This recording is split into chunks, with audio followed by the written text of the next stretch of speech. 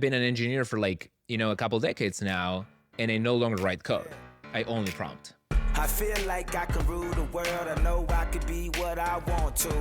I put my all in it like no days off. On the road, let's travel, never looking back. All right, so you founded this company, but your story's crazy. So you're high school dropout, grew up in Argentina, have been building things and hacking on things since, a very young age. Sold a company kind of early on. I don't know if it was big sale or small sale. And then you built this product that has just taken off. Every front-end developer I know loves it. It's valued, I don't know, $3 billion or so, whatever, give or take. And you've just done this incredible thing. And now you have this AI tool that's also like super on trend and is something that is doing really, really well. It's a really cool agent that builds sites for you. That's my version of the summary of your story. It's a great summary. Maybe the only thing I'll add is the crazy way that I've been able to go from like a teenager in Argentina to today has been a lot of open source. So I've been involved in creating a lot of technologies that have become foundational in the tech ecosystem. And I felt like that and the web has sort of been my ticket to success, of course, over decades of hard work. Well, explain that. So why did you drop out of high school? I've never been a fan of like the high school dropout moniker because I actually really loved the high school that I went to. So it was a high school in Argentina. It was a free public school that had an entry exam. You had to study really hard to get in. And I worked so hard to get in. Entered in position number 10 out of like thousands of students. But I had two competing interests. I was becoming popular in this open source ecosystem because I was creating libraries for JavaScript and front-end development. You're like becoming popular in open source, but you're only 15, 16 years old. So when did you start? Started coding very early. Like, seriously, I would say when I was 10 years old. I was creating websites, shipping. I started doing work online, helping my parents with our home finances. Was it just a lucky break or what got you started? Lucky break in some ways, but open source. So I was contributing a lot to like online forums, helping people out. And the lucky part was I remember this guy whose name I guess I'll never know. It was like Dark Shadow 123. He's like, hey, you seem to really enjoy helping people out by writing tutorials and guides and things like that. There's this website, it's a freelancing website. You could just sell your services here because you know so many things about Linux and PHP and programming. So there was a bit of a lucky break in that I figured out a business model for myself really early on. I got my first check when I was in like 11 years old. Then I had a client in the Netherlands when I was like 12 or 13. Are you pretending to be an adult or are you openly like, I'm 11? I wanted really badly for it to never come up. And I'm really, I guess, lucky that at the time, like even Skype was not a thing. Right. So it was like actually kind of rare that you have to get on the phone. So I really took advantage of that.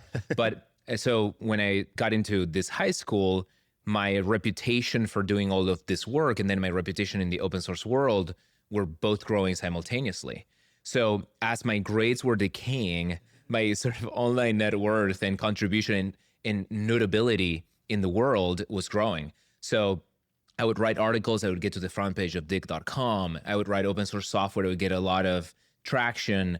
I would get written up. Give me a sense. Are you, I'm just saying in a dumb way, like, are you a genius or you were just being extremely helpful? Like, was it just like nobody was writing the tutorial on how to host your WordPress site or whatever? Right. I started that way. Or was it like you were figuring things out and really cutting edge stuff? Where were you? Yeah, when I advise young people on like how to bootstrap their careers, I say start by teaching anything. So I started with like how to compile.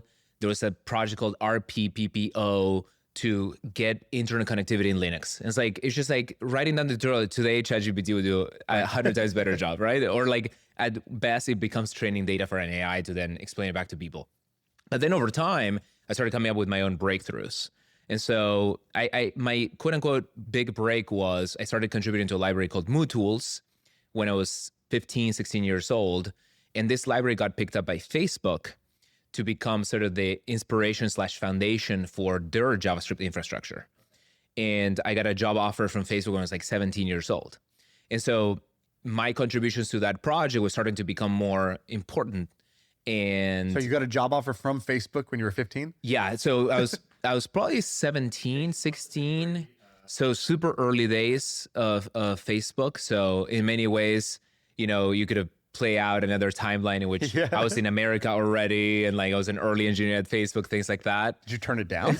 Well, when they discovered I was in Argentina and underage, I was like, oh yeah, maybe we should look for someone else. But that same project kept opening up doors for me, because other startups started using the same foundation, and they were like, who should we hire? And the first thing you think of is, I'm going to hire the people that contribute to the project. We do that ourselves today with our open source projects, like Next.js. We go and like, okay, who's contributing? Like, that person seems really interesting. So when I was about 18, that's when this startup from Switzerland reached out and saying, hey, like, we want to hire a Mood Tools developer. And that's when I basically just dropped out of high school. Like I had my first real job offer from a company in Lausanne, Switzerland. And for my parents, for myself, it was kind of surreal, right? Like I'd never left the country, and I was like leaving Argentina for the first time with a job offer in hand at an amazing country, you know? Right. So it was kind of surreal. Yeah. We hired a kid, and when I was doing a startup in San Francisco, we had a guy who was in 8th grade, and he emailed me, Johnny Dallas, and he said, hey, I love to code. My dad met somebody. I met Pete at a dog park. This is our sysadmin guy, and he was like, "I don't know anyone else who codes. Can I just come hang out for the summer? I just want to be around other programmers." And I was like, "Oh man, amazing! Yes, for sure."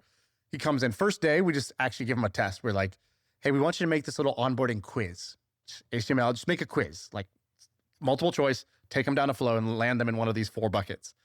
And he just sits there. And he sits there till like 7 or 8 at night. I feel bad. I'm like, but he's like not asking for help. I just want to see how it plays out. And he actually ships the quiz at the end of the evening. I was like, all right, this kid's legit. By the time he's in 10th grade, we're like, this guy's, he's working basically full time for us. He's like, after school, he's coming in. And so we had this, I had a conversation with his mom, I remember at the like downtown. And she's like, I can't imagine my son being like a high school dropout. And I said, do you know LeBron James and Kobe Bryant? I was like, your son is going pro. And so I think that should be a little bit of totally. If any kid is listening to this, it worked like a charm on that mom.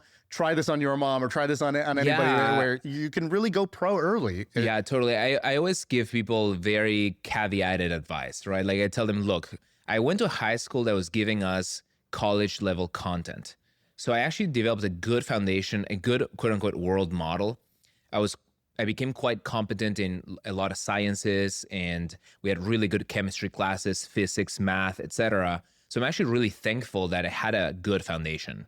And then by the time I decided not to continue down like the normal quote unquote educational career, I had a really good alternative, right? Like by that time, it was really clear that my skills were going to take me somewhere.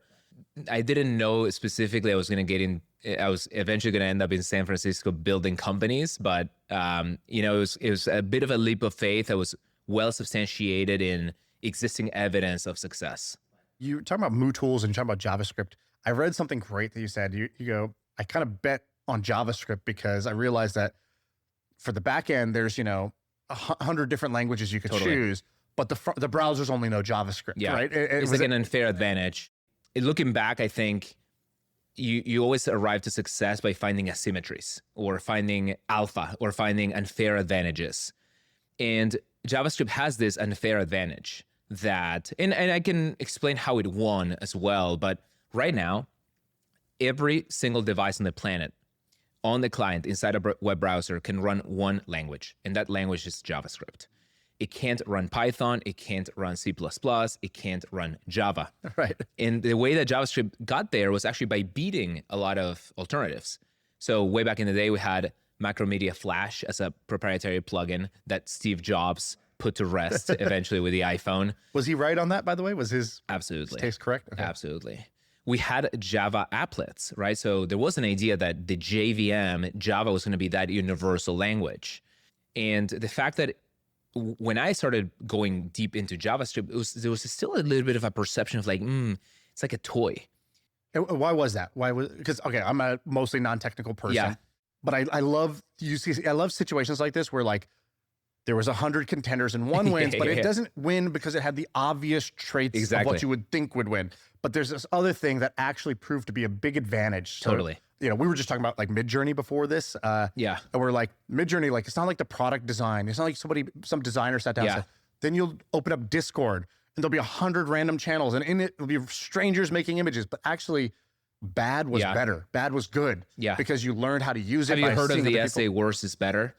Not worse. I haven't seen worse better. I've seen the Paul Buchheit one where he's like, if you're great, you don't have to be good. I think it's maybe similar, but can you explain worse is better? Yeah, worse is better was a paradigm in the early days of the internet of, specifically that essay spoke about worse in the sense of less powerful, because sometimes when you constrain a technology, you make it a lot more predictable. And so there were some advantages to like markup languages that made them worse but better and became the successful foundation of the internet. But there's a broader point that Brendan Eich, the creator of JavaScript, has pointed out, which is that sometimes the success of technologies or startups can be best understood through the lens of evolution and natural selection and Darwinism, rather than like the obvious, quote unquote, intelligent design.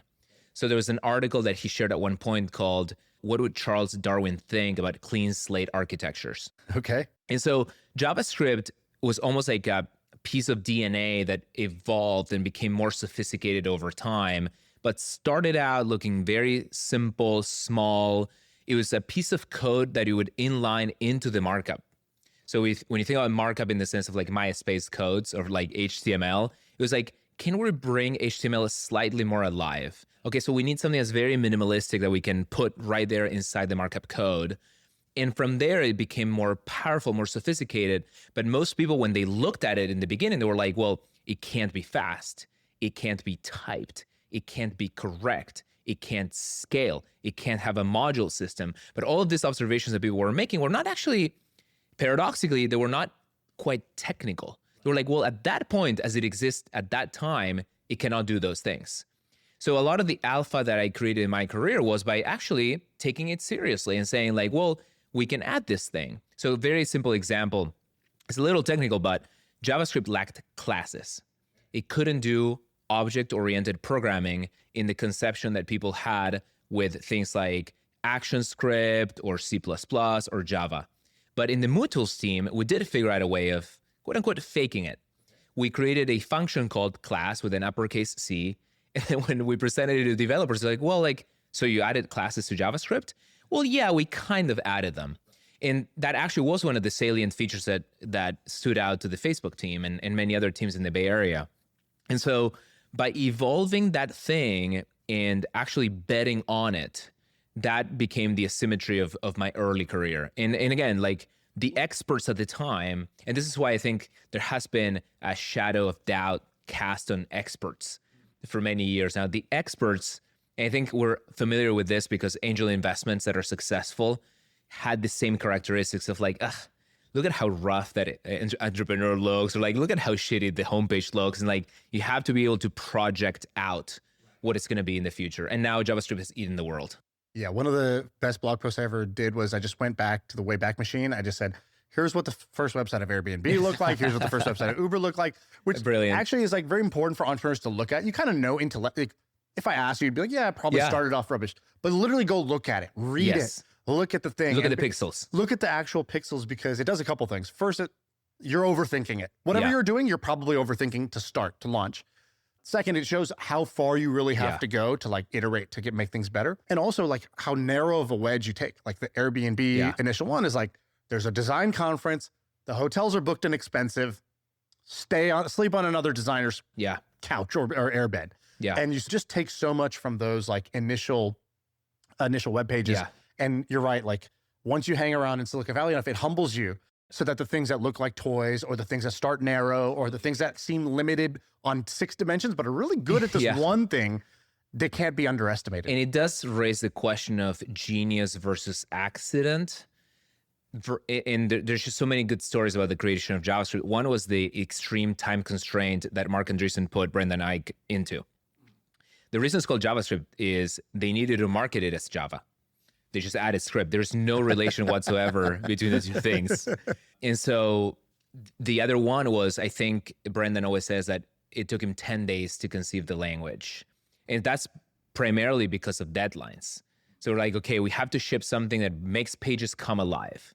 For those that are not technical, the way that I sometimes explain what we do with running JavaScript on the server and running it on the client is there's this newspaper in Harry Potter which is like a regular newspaper, but when you open it, it comes alive. The pictures move, yeah. So think of getting the newspaper as the server is giving you the server rendered, pre-rendered artifact. So it comes with all the letters, all the static images, etc. But then it's really cool that you can open it, and what we call it technically is it becomes hydrated, it becomes alive, and more code can run on your side of the equation, and that can be a very enriched experience. So that's the power of JavaScript. That's a great analogy. It can run at the production line. It could be manufactured, it could be printed, but then it can be shipped to you, and then it can become alive again. And so in those 10 days, Mark Andreessen wanted to basically pitch that. Like one of the initial names was, I think, LiveScript. It's like, and then they renamed it to JavaScript to market it more to like the enterprise traction that it'd be akin to today. Like we want to call things agents and perhaps they're not agents or whatever. Like so to use the evolution example, it's like the skin color blended in with the trees. It's like JavaScript just blended in with the Java. That's right. And that gave it 100%. An evolutionary advantage 100%. Versus getting eaten because it stood out. The other interesting observation is, okay, so you have 10, 12 days, you have to ship something, whatever. And what is the minimum surface that you can ship on top of which evolution can be bootstrapped? I think that's much better than trying to aim for completeness of that initial version. And what I ask myself when I study the success of others is, were they really clever to think, I have to delete? Like, I think you were referencing Rick Rubin's reducing thing. I'm a reducer, not a producer. So I think if you're truly brilliant, I think you'll find that you have to delete and delete and delete, and that's one path to success. And because you know what the more complete picture would look like, but you can exercise that restraint. Or you can just stumble upon it through deadlines, right? Like you have the classic YC, let's make you ship a startup in 3 months. And so that acts as a forcing function for the reduction of the surface. And I think there's something about human nature, or perhaps the pressure that people put themselves under, which is that I have to add more. I have to make that homepage. I have to add more images, I have to add more gradients, whatever. But then through the exercise that you talked about, you can go back and see, well, actually, things look pretty simple. And they focus a lot on the content and on the essentials. So you're doing MooTools, you go out there to Switzerland. How do you get to Vercel, and what's the like insight you have to start this company that has become this juggernaut, right? Like, yeah. I think I've DM'd you like every year for 3 years being like, hey, can I invest in this thing? Because it's such a juggernaut that like so obvious to me that when you have this sort of developer love, you really can't help but win. And you were like you were on the right waves that to be on for the last few years. The pattern throughout my career has been iteration velocity is the most important thing to optimize for. So my previous startup, which I sold to WordPress, anytime I would start a project, before starting the project, I would start on the mechanism to ensure, I was CTO of that startup, I would start on the mechanism to ensure that my colleagues, my engineers, everyone in the company could ship really fast. My obsession became how quickly can you go from idea to shareable artifact, from idea to URL. And today it seems obvious that V0 is so successful and that you can prompt and get a link and you can go from prompt to application. But I didn't have AI at the time. What I had was, what I can do is I can streamline the deployment pipeline of ideas. Sorry, just so I can summarize what you said. You said, most important principle for me when I work on a project is that we're going to be able to ship fast and iterate fast. Ship fast. In order to ship fast and iterate fast, we need like our pit crew. Yes. You know, if we're a Formula One car, we need our pit crew to not take 6 hours to change the tires or to get it refueled to get back on the road to go for the next lap. So what you were saying is you would focus more than the average bear on that pit stop between idea and actually, and because like, Vercel didn't exist, so I had to I had the insight that instead of just assuming that the world that maybe it takes hours to ship or you can ship once a week, I was like, no. Let's look at the web. The web is so fluid because of all of the reasons that we just outlined. It's so alive. Why can't we be shipping 100 times a day? Why can't we try lots of different things? I actually just interviewed recently for Offsite the founder of DoorDash, and he was talking about how DoorDash started out with one HTML page and 6 PDFs of the restaurants that they were gonna deliver for, and they just brought the idea online as soon as possible. So to some people, it becomes obvious that the most important thing is to get the idea out into the world as a URL and see if it sticks. So I wanted to create a platform where that was the norm. And that was sort of the inception, the idea for Vercel. And because before Vercel, I was at WordPress, I noticed WordPress as a company had become quite good at deploying one app, WordPress.com. But if you were working for the company and you had a new idea, you were kind of getting stuck. You had to go to the IT team and be like, hey, please, can you set up a server for me? Can you give me an area here where I can come up with a new application or a new idea? And so Vercel started out as, can we reduce that friction from idea to live to seconds? In fact, it became such an obsession. I started measuring each millisecond of like, you have an idea, you write it down in JavaScript or HTML or whatever, you press deploy. How quickly can we get it online? It was literally that like, level of obsession. I love the Formula One metaphor because it's about shaving down the seconds that we're stopping this car. And this car is not just one app or one idea or one person. It's literally how the entire business works. This is why Vercel has been so successful with the largest companies in the world, like investment banks. And also it powers most of the YC startups that are creating new ideas in the manner that I just described, which is like, hey, I need to try something out and I need to hit demo day. What is the quickest way to deploy? It's Vercel. So it sounds like this might be one of those startups where you didn't need to pivot a ton. It sounds like you maybe had the correct idea. Like you knew the pain, you knew the problem correctly. And it sounds like you had the right idea of a solution, then you obviously made it better. Yeah. But is that true? Yes and no. So when you achieve some level of success, people start studying your success a lot. And people ask me a lot, like, did you pivot? Did you not pivot? What came before, the chicken or the egg? And the reason that they ask me this is we have an extraordinarily successful open source project that Vercel created called Next.js. Next.js powers a lot of the modern internet. Like you talked about Midjourney. Midjourney is built with Next.js. And by the way, you make money off of that? I didn't understand it's that open part. source. It's just you open source that. It's widely adopted. Does Vercel benefit in it in any way, really? Yes, or because it's in the service of, okay, how can we get that Formula One car going? Okay, start with Next.js. You're going to cut down on the whole assembly of the car. Okay. The alternative to Next.js is that you have to procure the chassis and the wheel and the engine. Yeah. Like this was actually what was happening to engineers when I started the company. I was like, okay, so how do you start a new idea? Oh, well, I go to Home Depot and I shop for like 200 different kinds of wheels and I grab the wheel and I go to this thing and then I assemble the Formula One car and then maybe I get started running it and then maybe I see if I have product market fit. So you created Next.js and I believe the story is you were trying to build something and to use React, you were like, oh shit, I gotta like go get the engine and the chassis. I gotta go get all these pieces. All right, I'm just gonna build this kind of template for myself Literally once. the website for the company, kind of like the experience of DoorDash. Like I had to build Zeit.co, our domain name at the time. And I was like, okay, to get started with React, I have to do like get a PhD.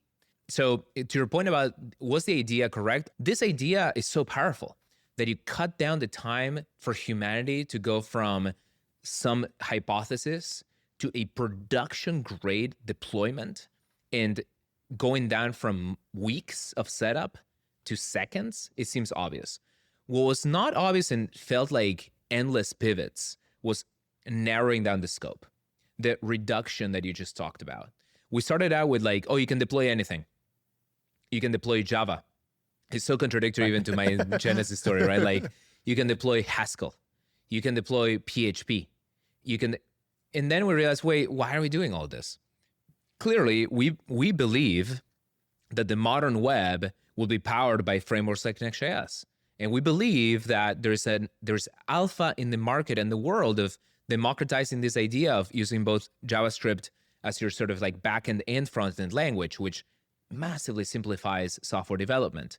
So I will say we didn't pivot in the sense of going into a different space, but we simplified the offering way, way, way significantly. You have this interesting seat where you get to see what a bunch of people are building on your platform or using V0 or whatever. And then you also just like, you're on the edge, I would say, of like tinker, hacker, technical person who kind of sees what's possible, but you only have so many hours in the day. So you tweeted out this thing that said, free AI ideas. Yeah. And it's like if Gordon Ramsay opened up a lemonade stand. It's like, oh, wow. Like, if Steve Jobs was like, hey, free product lessons for toddlers. Yeah. I'd be like get my daughter in that class, right? So when you say free AI ideas, I want to show up. So can we run through some of your AI ideas? Yeah. And I'll give you a little bit of background, right? So I've always been obsessed with democratizing the web for everyone. So anyone with an idea has to be able to create. And that's why we created V0, because V0 is like ChatGPT, but for creating web applications. Instead of giving you text, it gives you a fully working web application. So you say, I want to make me an app or a site. Make me the next DoorDash. You can literally type that in and deploy it. It'll make one, yeah. And the difference, I would say, there's many players that are trying to build this, but one of the things that I'm really excited about is that it's banking on the lessons of the last 10 years of building the world's most popular framework for JavaScript and building the production-grade infrastructure to support it, right? I'll name a cool brand that uses Vercel, Ramp, Supreme.com, Brex. In fact, we have so many successful companies in every market segment that you could imagine, but all of those companies needed expert engineers, right? Like in order to build like a really cool website, like drinkagwater.com, you need to learn Next.js. Now, the magic of Vercel is that we cut down the learning from like, I needed to know all of the foundations of computer science and all of the foundations of AWS and how to deploy software. We brought it down to like, take a React course and use Next.js. But with AI, we can cut that down even further. It's just to speak English. And we will steer the model towards what we think are going to be the world's most successful outcomes. We care deeply about performance. When e-commerce websites deploy on Vercel, they vastly outcompete everything else. So we recently heard about a public company that sells billions of dollars worth of consumer electronics a year that improved their conversion rate by 30% on some markets to 90% on some other markets. Why? Because the website is faster. So imagine if you could go to an agent and say, I want to create the next big competitor to Apple.com. We're going to make it faster, more accessible, beautifully designed, and deployed on this enterprise-grade infrastructure. You get those out of the box. You get those for free. Out of the box. So, and it's true to the spirit of the company of like, how can we get that Formula One car running as soon as possible? So it's opening up creation and deployment to basically every human on the planet. Okay. But you were saying that's context for the AI ideas because what? Because of two things. One is that with V0, any idea that I have, I can bring it to reality. But then there is a meta. So we're being very successful with V0 because we created AI for web engineers or AI for people that are interested in shipping to the web. There's going to be so many other verticals that are going to be similarly disrupted. And it seems really obvious to me because I'm on the, to your point, I'm behind the scenes of building things like V0. But I think there's going to be, for example, why don't we have a V0 for creating video games? A studio that combines the best of both worlds of software 1.0 techniques and software 2.0 techniques. And I don't know if you're familiar with that framework, but... Explain. So Andrew Karpathy, who's the lead of AI at Tesla and later OpenAI, came up with this incredible essay that I think is canon now. Like everybody must read this because it's so ahead of its time. He called it Software 2.0. And he says, look, Software 1.0 was what I grew up with. Programming languages, data structures, algorithms. You learn how to make things more efficient by writing better for loops and recursion, and you're in control of everything. And everything is very deterministic and predictable. Software 2.0, we're still using foundations of computer science, but we're making the process a lot more stochastic, probabilistic. Instead of writing every circuitry of the programming language, we're relying on training models with data. And the output of what those models do might resemble what a program might do on its own, like a 1.0 program might do on its own. So the best example would be you can use ChatGPT 4o with image generation to produce like incredible diagrams. And there's ways of generating those diagrams with traditional software engineering. But this AI is almost like this miracle general purpose program that can do anything based on what it's been trained on. So let's call training and neural networks and AI software 2.0. And it has all of these magical emergent properties that were not thought through by the engineers. The engineers didn't have to go and write every if-else branch that is under the hood and think about every corner case.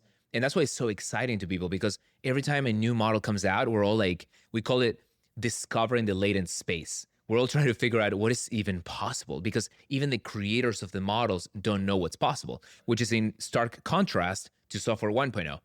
Software 1.0 is like, there's a PM giving you tickets. Right. I know exactly what this can do. Yes. I know exactly what it can't do. Yes. I know if you push this button, you're going to get this exact result. I know if you push that button, you're going to get that exact result.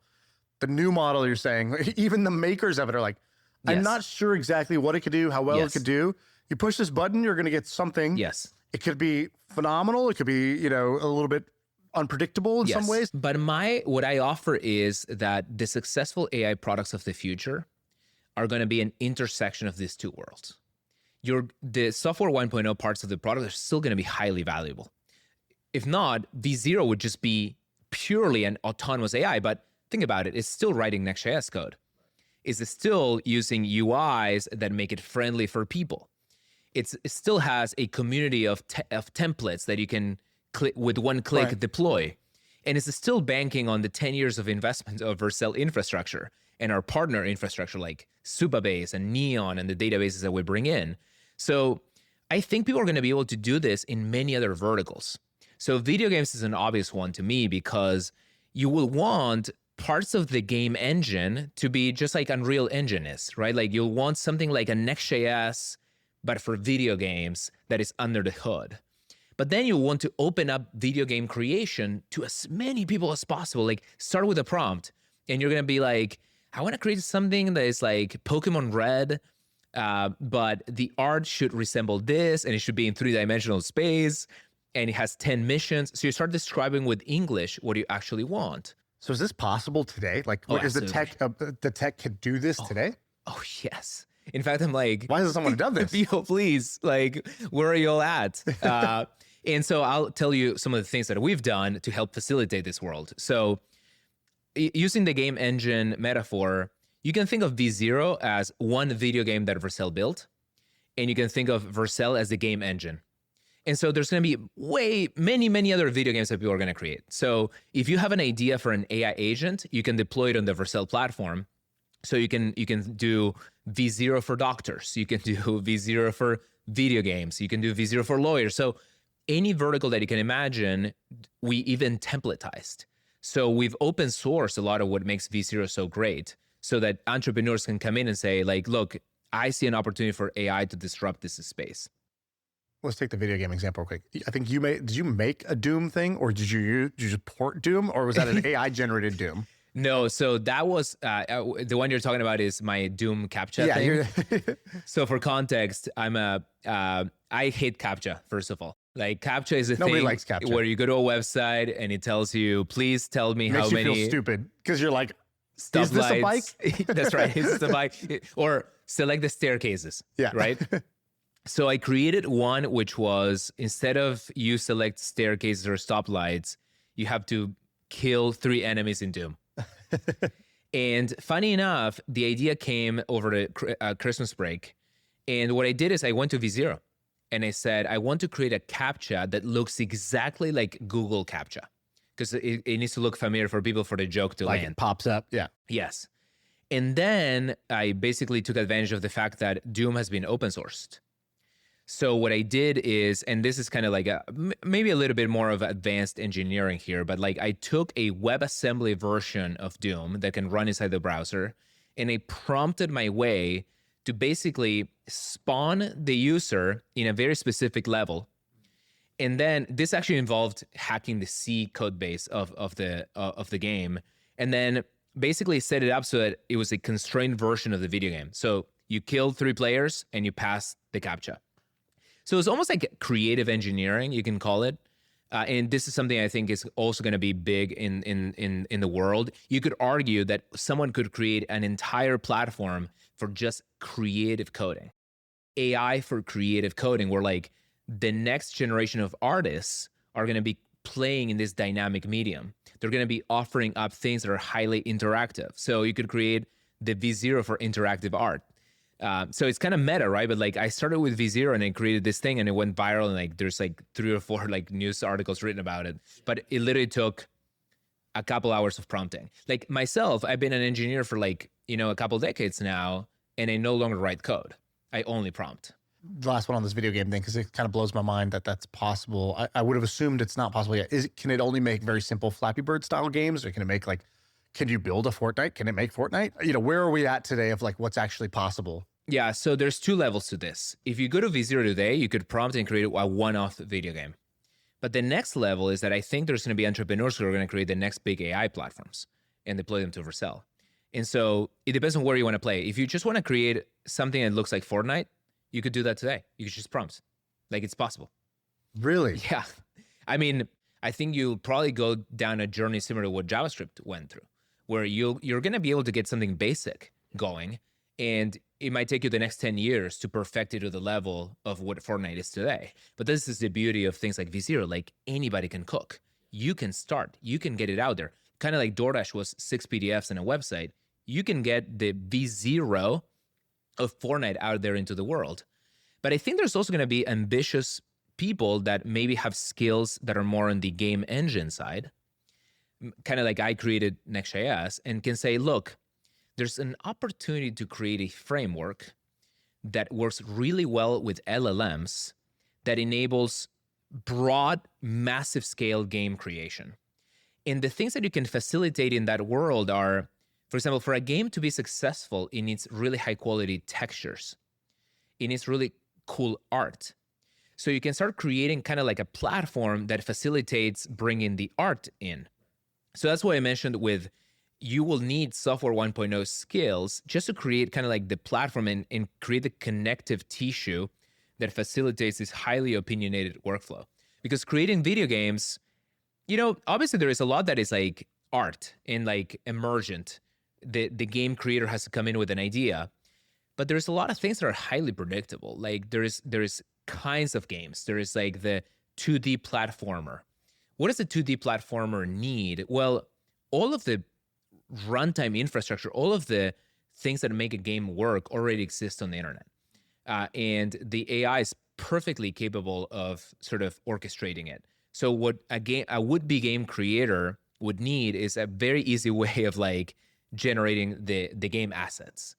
And so what I would do if I was an entrepreneur doing this is like I would connect it to other image generation models, so that when you come to this game creation studio, I'm kind of like guiding you into like, here's all the things that you're going to need. Here's all the integrations. Sound creation is another good example. 11 Labs allows you to create sounds with LLMs. In fact, I've vibe coded a few things that required sound. And instead of like Googling for like open source sound effects or whatever, I just went to 11 Labs and I prompted for that. So, and I can do that because I know everything that kind of exists in the AI world. I know that 11 Labs exists. Creative engineering. Exactly. But imagine a would-be game creator that doesn't know that. So they just want to go to a platform that has already built-in sound creation with AI. And so behind the scenes, you can sort of like plug this in. So maybe to summarize, I think there's all of these permutations of technologies that already exist that are making new platforms possible. And I think entrepreneurs don't need to like go and train foundation models. They just need to go in and put the pieces together into opinionated workflows. The things that are becoming obvious to people today are, you know, AI for legal, AI for developers. And I think those are kind of like the 0 to 1 is what feels very immediate, what feels very emergent. I sometimes call it unbundling ChatGPT.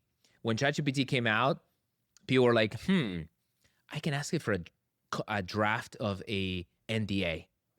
And so people said, you know, I can take that slice of an idea and I can turn it into a legal platform. What we realized was like, you can go and ask it for web UI. ChatGPT was quite good at outputting, you know, React, HTML, Next.js. And so we went and said, oh, this can be V0. This can be a whole platform for web development. And so what I challenge people to think about is that what are those like clusters of queries that people are going to ChatGPT for that can become entire platforms? And I'm sure there are a lot of people that are going to these things and are saying like, I want to create a video game. But this is just one of the many ideas that I shared on that thread. Right. So let's go back to this Typeform idea. So this seems like a super simple one, which I like, because like you don't need to build like world-changing blah blah blah just to be able to do this. Yeah. So that one arose from the fact that if you look at why Typeform has been so successful, It's an interface innovation. It gives you one question at a time. It feels friendly. I hate responding to surveys, but the most palatable that you can make it for me is if you give me one at a small time, chunks. multiple choice, versus like, boom, I'm going to have to answer this whole long page. Yeah, here's an IRS form. Please fill it out. In fact, IRS would probably have way higher completion rates and people paying taxes on time if like they create a better UI, essentially. Have you ever used TurboTax, by the way? TurboTax is actually a phenomenal user experience. Mm-hmm. It's Typeform. It's one question at a time.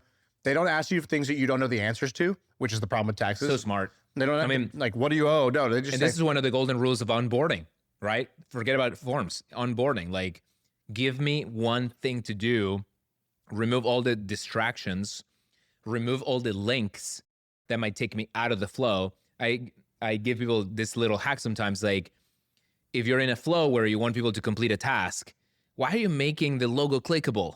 And why are there like 6 footer links taking me to like the fucking founding story of the company? Right. Why a distracted person? So Typeform, kudos, like they nailed that. But I think there might be an opportunity on 2 levels. One is I keep using this formula of if I need to create a form and very quickly send it to you, I could have the V0 for form creation, where I prompt my way to tune the form. Yeah, because it could even come up with the questions for you. Exactly. Like, hey, I'm coming up with I'm trying to get, I'm asking my friends what dates work for the bachelor party, send a quick survey out to my friends. In fact, make it fun. I'm sure someone will go to V0, listen to this, and start creating the AI form creator, right? Yeah. I think it's a really good idea. And by the way, I think there's a add-on to this. So I had a similar idea once, but I was thinking, we own this business called somewhere.com. Great domain name. Yeah, we paid a great price for this domain name. Jury's out on that one. But, you find talent in LATAM or South Africa, or there's like your story, right? There's talent is everywhere. Opportunity is not always everywhere. And so when the website, the way it works today is you land and you click like, okay, I want to start hiring. And then there's a long form and it's all there. It's a bad experience. It's like your name, what you're hiring for, your budget, do you need full-time, part-time, whatever. And then it says, great, now book a call. And then you're going to talk to the sales guy. And I'm like, with AI, what this should really do is you should land and be like, hey, what are you hiring for? What do you need? And then you say, I need a designer. Cool. So, cool. We got plenty of designers. We actually just hired designers for XYZ company. Tell me, are you looking for a graphic designer or blah, blah? Totally. Yeah. What are they going to do? And you kind of just quickly tell it. It says, we recently placed somebody like this candidate profile pulled from our system. Yeah. And just say, would this be the type of person that, would fit the type of thing you're looking for? Yeah. They cost this much. That's, pretty affordable to be able to hire somebody of this level of talent. And you're like, yeah, that would be great. More like that. It's like, awesome. What's your email? I'll send it to you. Right? Like, it's a salesperson. It's not a form. Totally. And it's a salesperson that does what all salespeople do. They ask questions. Yeah. They follow. They note what you say. They respond intelligently. They follow up where they need. They disqualify you if you're not a good fit. And if you are a fit, they're basically giving you bits of proof and promise along the way to get 100%. You to say, yes, I can't believe this doesn't exist. It's a more dynamic interface, right? So you said something really interesting, which is, I think when people have ideas, it's like they're staring into like a vector space. They know that there's something there that they want to do. And this is for everything. Like you may have an idea for like a survey that you want to send to your customers.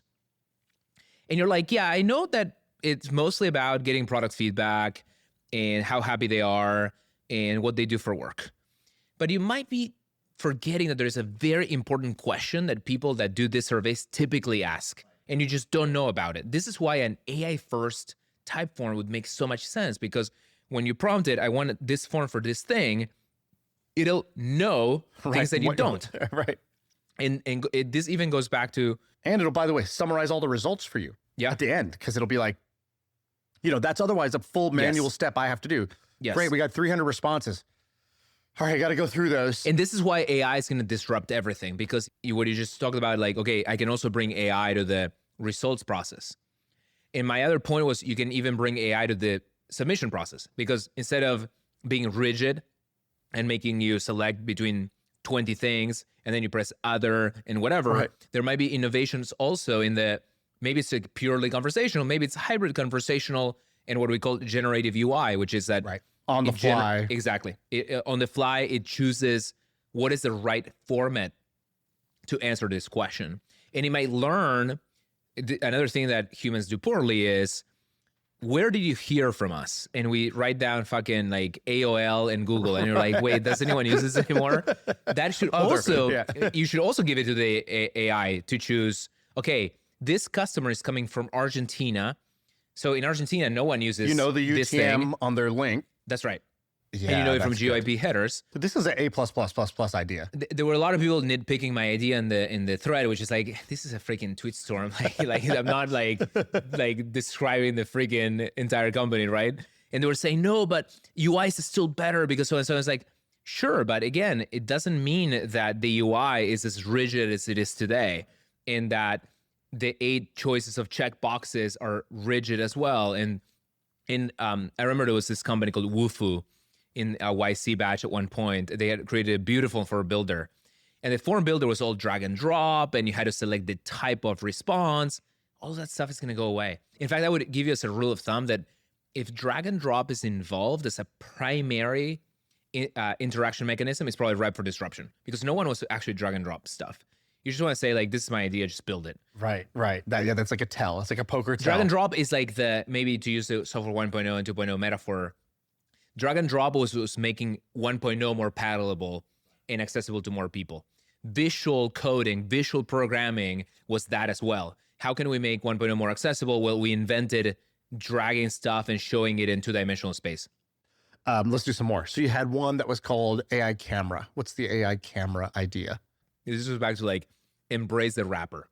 Embrace the fact that models are fucking phenomenal. And there's a few hyper online people like me that know all of them or try to know all of them, of like DeepGram V3 just landed on Hugging Face and whatever. Like, you're paying attention to that level of depth. Yes, but the average consumer just wants to take awesome photos. Yeah. And so this one came up because we were at a very big meeting for a bank that wanted to use Vercel in New York. And the champion on the bank side was like, let's take a photo with the beautiful like New York backdrop, whatever. And it was so awkward that we tried to take the photo 20 times, because it's hard to take a photo with like, where's the sun and the backlight. We want New York to be visible, but we want our faces to be visible, and like someone blinks during the photo. And so, if there's men involved in a photo, it's a terrible photo. Yes. This is just a general rule. Taking it, standing in it, posing in it, we don't know how to do any of it. So think of the input from the shutter. Think of the click of the camera, and this is a software camera, like a camera app, as the input into the prompt rather than the output. If you're extremely good at taking photos, it could just be the output. Or maybe it's lightly tuned and filtered and whatever, and it becomes the output. But maybe just embrace the fact that it's an idea to give the AI, right? And the AI will know that if that photo was taken in that place, the goal is to obviously show people smiling. No one should be blinking. The backdrop needs to look amazing. And, maybe it actually gives you 5 permutations of, we know what good looks like. We know the shades, the lighting, maybe it removes objects for you. And so I also mentioned that there is software 1.0 techniques and software 2.0 techniques to embed into everything.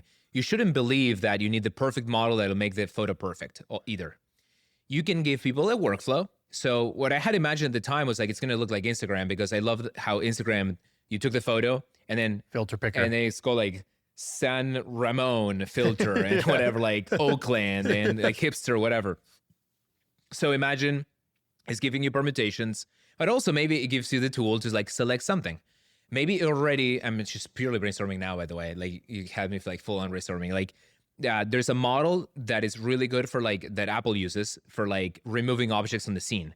So maybe by the time it gives you the produced photos, all of the objects are already movable. So you get, because what happens a lot of the time is someone blinks, but also there's an object that you don't want on the scene. Like your baby was like crawling in there, or your dog pooped, and like you want to take that out. I have the best one, Argentina. What's the name of that beautiful waterfall? Like the craziest, that waterfall place. Iguazu Falls. Take out the tourists. I go there with my fiance, and we take this photo under the waterfall. We're kissing. Somebody takes a photo, and there's this dude in the like kind of the angle, the background there. And he's got his shirt off, and he's taking like a photo for the boys, and it's like ruined this photo. And my wife is like, I want to frame it because I think it's so funny. And she's like been trying to find a Photoshopper to like get Yes. rid of this thing. 100%. And you're right. Like that would be like her dream would be Yeah. the magic camera that says, let me guess, you want this guy out of here. Yes. And we have the model that is good at taking, detection and then good at Yeah. removal automatically. Yeah. And this is all possible today. Your job will mostly be to combine models, create pipelines of models, prompting even, right? Do you think that Apple will just make this kind of default in the camera? I mean, Apple could have shipped Instagram. Apple could have shipped so many things. Like Apple could also ship that the Zoom annoying pop over of facial effects, whatever goes away and they haven't, is still broken. Like when the balloons come up. So I know I'm in a post worrying about what Apple does world. I'm actually more worried about their constraints on developer freedom, on how they tax you and only let you run one browser engine. That's kind of my mental model. Like Apple is like in the IBM phase of like, let's preserve what we have at all costs and litigate. Like they're almost becoming like Oracle of our generation. Purely, it's all about terms of service, and 2.1.1 prohibits this. It's like, hopefully, I'm saying this so that the company becomes better in the interest of like open public feedback. Tim Sweeney from Unreal, from Epic Games, just had a similar comment on the Lex Friedman podcast. I think there needs to be a world where developers can just ship. That's the main idea of Vercel, and like Apple has sort of been constraining that. So I'll tell you, like, there's so many cameras that you can ship to the phone that people love, right? So there is Holiday camera, I think it's called, and it's pronounced. There is obviously Instagram is a camera, right? So Snapchat is a camera. So yeah, and also, but it's also time. Like these things come in these waves where about every 7, 8, 10 years, the window reopens on. Yes. These kind of like things. So if you just look at Instagram and Snapchat when they came out, it was sort of like this 8-year period after Facebook came out. Yeah. And like there was enough new stuff, either new social norms, like people taking pictures everywhere, new technology, like smartphones, that all of a sudden there was like an opportunity for those. It's now been another 10 years post Snapchat and Instagram for somebody to build a better camera. And there's a wedge through utility. Like you can build a better camera, you can build a better just import your photo and start editing. Like the exact approach, like, I mean, who knows how this is gonna happen, but it has to happen. It has to happen that like I can take great photos even if I didn't capture everything perfectly. Like the AI is already there. Like just make it happen, people. Yeah, you could even actually just do the camera roll part, right? Because Google Photos and all these, they try to do this like, hey, we made a memory. And like, my mom loves these. It's like, oh, I forgot about that. It's stitched together and it put corny music on top. There's no cool factor to those. Yeah. Those are all pretty totally bad, but it's your photos and your memory, so it's still good enough. Imagine if you had taste and you did it. Like imagine if Kevin Systrom and you realize, oh, there's a gold mine on people's camera rolls that I could just be mining that and creating like actually 100%. good content. Yeah, there's so many thoughts that come to mind. One is, look, brilliant things happen when people focus and obsess over a problem domain. So the operating system makers have so many irons in the fire. And there has to be someone that just loves to take great photos and who wants to democratize that with everybody else, right? So that's kind of how I think about it. And there's so many angles. There is the memory video creation. There is the photo. There is some aspects of shareability of the photos. So who knows? I mean, like, I think my prediction is more so around like something amazing is going to happen in this space more than like what is the specific thing. All right, I want to do a couple of your other ideas. Oh, this one was clever. Absurdly smart autocomplete. Like I didn't know when you said that, I was like, autocomplete, who cares? And then I saw your kind of like brief description. I was like, that's actually brilliant. Can you explain what this idea is? Yeah, I think when it started to become obvious that LLMs were going to transform software engineering, it was when we started typing code into a code editor and it just suggested stuff based on the whole project, the whole sort of corpus of code that has existed in humanity. The next wrinkle was that things get better the richer the context. So if you only give the LLM one line of code and nothing else, it'll still produce something useful and it'll blow people's minds. And I think we're in the time of humanity when like things blow our minds for like a week and then we get immediately bored and used to it. But the next wrinkle was, what if you put the content of your clipboard into the prompt?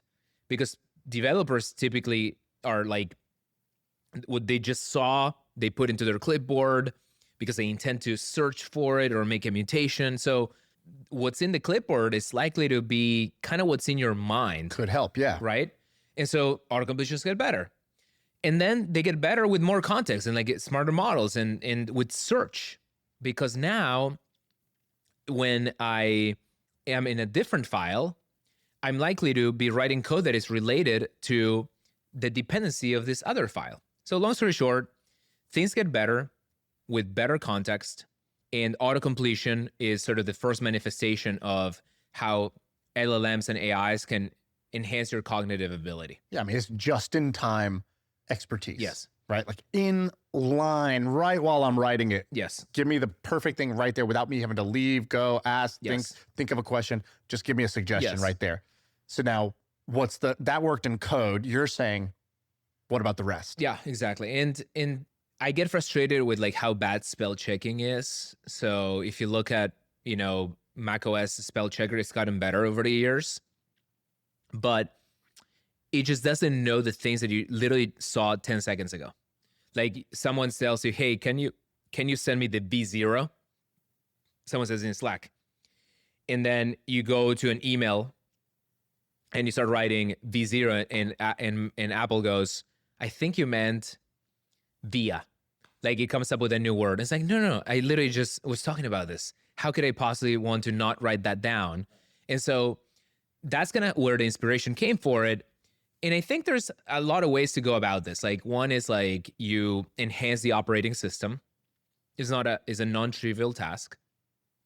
But I think this general idea applies to so many things where we forget that the LLMs are here. The context is not evenly distributed. Meaning, if you just put the right things into the prompt, magic will happen without changing the actual sort of engine of intelligence. And so that example you gave of like the V0 one sounds minor. Like, oh, who cares? You just push backspace twice and just fix it. But what you're saying is if the AI knows what I'm talking about, what I'm thinking about, what I'm working on, what we're doing, then in the same way that in code, it auto-suggests the right code because it knows about my whole all the multiple files in the projects, it'll do the same when I write that email. It won't just give me the generic thing. It knows how I talk and it knows what we were talking about and it knows what the plan was that I'm trying to relate to this guy. Yeah, it's like the Black Mirror, the entire history of you. Is that the one where the camera is like, it's like your memory is an external memory basically? Yeah. The other thing that's really interesting is that these systems are all about next token prediction, right? And right now we're not fully exploiting that because we're not putting in the sequence of everything we're doing and everything we're thinking about. Every time you go from app to app, that context is getting lost. And we typically actually tend to work sequentially. What happens is I read an email that is about a problem. And then I go to another app and I'm likely going to discuss that problem. Or I'm going to try to look for the person that is an expert in that problem. So the other way to go about this is like, how can you ingest this series of apps and integrations and systems that people use to do their work and you connect the dots? There's one more that you have here. You said more granular V0. So this is almost like, hey, come disrupt us. Yeah, it's what I talked about with the game engine, right? Like, just like ChatGPT got broken down into like individual things, we have a big effort at Vercel to sort of like, we want to be the platform of platforms. We want the next Shopify to be born on Vercel. And what I anticipate will happen is that if an entrepreneur says, I want to make it easy for people to sell online, they're probably, just like we did with the Typeform exercise, they're probably going to start with AI. They're not going to build the same Shopify that exists today. They're going to create something that starts with intelligence. It starts with maybe importing a photo of the product that you want to sell.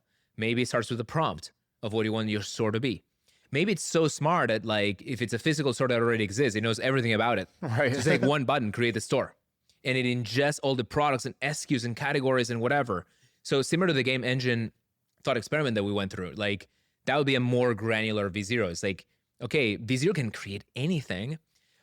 And the reason that this would work out is that it's the same reason that Shopify worked out. Like there is things that are very general, like AWS, like Vercel. Vercel sort of like AWS on steroids in a way, like we're making it so easy for people. but it's still a broad platform on top of which any idea can be deployed. And so I really believe that AI will transform everything. It'll transform website building. It will transform e-commerce. It'll transform form building. So a lot of the exercises that I do is that, look, there's going to be V0 for legal. Our general counsel uses a tool called GC.ai. GC.ai is essentially V0 for lawyers. And it was built on the Vercel platform. And the other wrinkle And is... it's used to what? Build their website only, or it does no, this more is than for that? drafting contracts. So like you can prompt your way to, saying like, I need this contract between these two parties, or I need to review a contract and I need to import documents. And so that's kind of what I mean by the more granular V0s. It's more like a theme than a specific idea. One of the other things I wanted to ask you about, something I brought for you. I thought this was incredible. This is a piece of, internet history Yeah, here. it's So amazing. explain what I just handed you and the backstory of this. Thanks for printing this out, because I use this example so much as like the magic of Silicon Valley. I ended up at this party, the classic, like, could have been an office warming party, something along these lines, or like meetup. And people were, having conversations, passing out drinks. And I met this gentleman named Brian Armstrong. And he did something that I find myself doing a lot, is I walk up to people, not with networking agendas or random ideas. I walk up to people with content. Okay. I want to show them something. Okay. I want to show them an app. I walk up to people and Like show them, strangers, you mean? Or what are you talking about? well, people in the context of like networking. Yeah, and you're at an like, event, I'm at an but he didn't event, know whatever. you. But I could do it with an Uber driver. Like I have no limits. I take no prisoners. So he walked up to me and he's like, I'm working on Coinbase. It's like a bank for digital currency, and I'm building an app. And he shows me the app. And then he goes, if you install the app, I'll send you a Bitcoin. Just think about how crazy that is. Like, if you install an app, like, first of all, twist my arm. I love trying out new things. Right. And I loved Bitcoin at that time. I'll give you $100,000 or whatever. What it year is was that this? Because right now. the date is on this email. What year was this that we're Yeah, talking so about? November 9th, 2012. So it's the magic of the Bay Area, because you can just walk up on both sides. You can just walk up to people and show them things. You can see their reactions. You can get their feedback, et cetera, et cetera. And on my side, And there's some people on the street that will show you some things you didn't ask for too. That's right. That's another part of San Francisco. oh you yeah, get. for sure. It comes with a lot of diversity. And but on my side, it's like, well, you can be on the receiving end of new ideas, new opportunities, like you can invest. Like if I had been an investor at the time, I was like, hey, this Brian guy is pretty smart and he's hustling hard, and digital currency, might as well give it a shot, right? So yeah, thanks for So sharing he sent this. you this email. He sent you the Bitcoin. So the through important thing Coinbase. is that it says worth $10.81. For the app like, installed. Now that's $103,000 Yeah. as of this morning. Yeah, and then I actually ended up following Coinbase for many years. At the time, I think I was poor, or I had just began. I can't remember exactly when I sold my company, but I couldn't angel invest most likely at this time.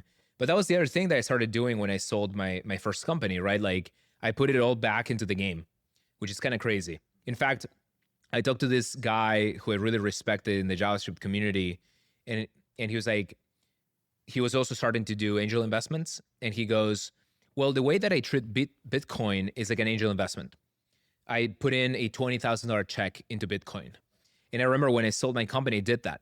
And it was probably also because of the serendipity of like having Coinbase and, this infrastructure that was nascent, but I had been exposed to. The magic of Silicon Valley is that you can still do these things. You can just like make things happen. Did it also help that you were, born and raised in Argentina, and you had seen kind of like, maybe you questioned currency more Yeah. than the average bear did, right? Yeah, Like, 100%. 100%. So the concrete memory, I was a young child, but it had everyone in Argentina stressed the F out, was, and people can fact check us and look this up, but it was like, I think we had like 3 presidents in 3 days. One president had almost like, I think he rage quit because there was an economic and financial meltdown. I think this was about like 2000, 2001. The next guy comes in and he's like, oh, cool. And the vice president becomes president, something along these lines. Is like, cool, I'll try to fix it. 2 weeks in, he's out too. And then someone comes in who I'm not even sure if he was like literally like next in line. Another guy comes in. And I think this is the guy that I'm pretty sure that is the third guy that goes to national TV.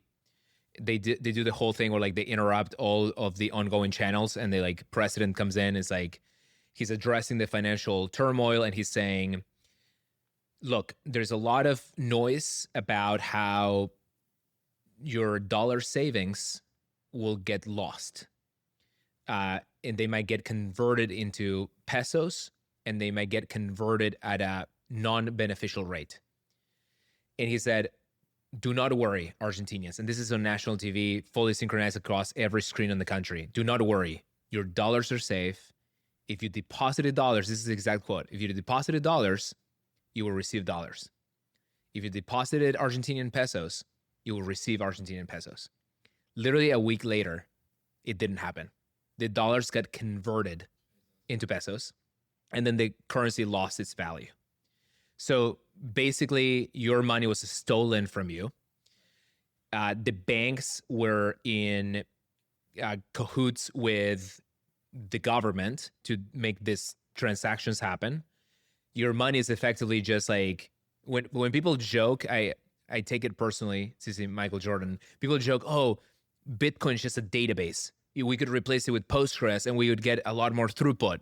It's like, well, not really. What we had in Argentina was Postgres, or maybe worse, maybe it was Excel or something. And like, and the government literally did go in and in the currency column said, select all, convert. You know what I mean? Like, that is the database that is not immutable. And so I became extremely pilled with Bitcoin because I have that, like, I have the concrete memory, and I have my dad screaming at the screen and saying like, these people are so corrupt. They're like screaming. And then the other thing that happened was all these protests of people that had large dollar savings that it was so terrible, because Argentina has been guilty of this before Milei many times, of like, if you're rich, that's frowned upon. That's terrible. You probably got rich by screwing someone up. That is like how the culture was largely configured. So it was very hard to empathize with this protest that would happen, because people would literally be outside of the banks protesting that their savings got stolen. But the way that it would get sort of,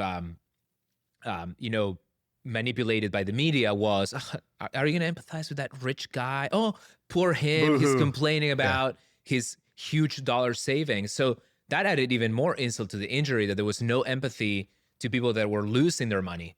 And so, that Bitcoin seems so obvious in the context of like, we need a globally distributed database that is immutable, that has extreme security guarantees, because this is your life. This is the things that you might leave for your kids. This is everything that you've worked your entire life for. You cannot trust any given actor. You cannot trust the government. You cannot trust the banks. You cannot trust, your friends. You cannot trust anyone. Like, you need to be able to have cryptographic certainty. You can only trust math and the universe, which is kind of like the two emergent properties of it. You trust the universe in terms of like the energetic demands on top of which Bitcoin banks, that it's so hard to mint a block, right? And it's so hard to manipulate and do these cyber attacks and whatnot. And you're also banking on the cryptographic verification. Like, you if you want, you can be a node and verify the blockchain yourself with software that you run, as opposed to trusting the world of like, is this legit? Is this the chain that I should be looking at? Which is why, we can go into a whole different tangent, but like, I've always been somewhat unsympathetic to non-proof of work systems, because they create an uncertainty about what is the right chain to be looking at. And in that category falls like Ethereum and a few others. Two questions for you. One, given that you went through that, do you like kind of denominate yourself in Bitcoin? Do you like put a huge percentage of your own net worth in Bitcoin, or like how have you decided to do that? I put my entire net worth into Vercel. So having said all of this, I always think about the mental model that Warren Buffett has offered of like, if I could have a cube of all gold on the planet, like I would look at it and it's like, oh, it's this shiny block of gold, or I could have a cube of all of the productive farmland in the US and all of its companies. What cube would I rather own? But it is a false dichotomy. I want to own both. I want Bitcoin and I want assets in productive assets that are going to grow over time that I also want to support. And so I like the idea of, by far, first and foremost, placing a bet on myself in Vercel. So that's kind of my primary net worth. But if Bitcoin is not some percentage of my net worth, I would be really worried, because I would not have that rock solid foundation that I missed when I was in Argentina. Like it didn't feel like I had access to something that could be so reliable and trustworthy. So I am a fan of a potential future in which everything is denominated under the hood. Everything is rebased on top of this system. That would be really cool. So when I do these podcasts, like the way people think that this is how did it go? And I'm like, it's good or bad. Actually, for me, I get the win far before we sit down, because when I know you're coming on, I go down a rabbit hole of Guillermo, and I go and I read your old stuff and I learn from you. That's where I get, and I'm in this for the wisdom. So I'm like, I'm looking for the golden nuggets, the insights, the wisdom, the frameworks that he uses, the stories that inspire me, or I can remember, or I can tie to my own life. So by the time I sit down here, this is all gravy. Now I'm here just having chicken nuggets. I'm eating lunch. But one of the things that I saw on your old blog, I think it was like 2016 or something, it was a newspaper clipping. I forget who it was, if it was Edison or who it was, but they had this idea of the energy dollar. It's wild. It's wild. I've never heard of this. But like, I guess back in the day, like was it Edison, or I don't remember who it was. It might have been Ford. I can't remember. Yeah, it was like two of like kind of the luminaries of the time. It was like Ford and somebody else. Yeah. And they were talking about this concept of an energy dollar. They're like, hey, we need a currency that's based off of like the production of joules, joules of energy, joules of electricity or work. And then that'll be a more sort of like rock solid currency. It tracks reality. That's Bitcoin. It tracks the universe perfectly, right? It's also related to the Kardashev scale and like our ability to capture energy from our nearby star and the types of civilizations that we are. And the other one that the reason I've been actually also thinking about this more recently is we're clearly entering a world in which energy can be transmuted into intelligence. I mean, it's already the case that I can do so much test time compute that any problem seems tractable with enough cycles of GPUs. And the only limiting factor does seem to be our ability to harness energy. And so the unit of wealth or the store of wealth has to be something that is rare, right? And it has to be something that's provable.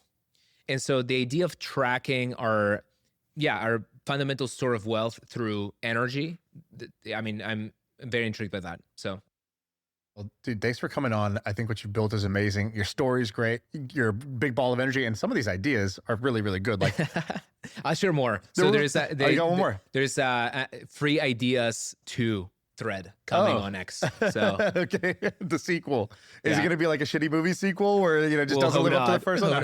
But I did set a high bar. I don't want to brag. Right, obviously, when that comes out, can we do Brainstorm 2 on here where we riff on them, because that's what we do here. So all right, man, thank you so much. I feel like I can rule the world. I know I could be what I want to. I put my all in it like no days off. On the road, let's travel, never looking back.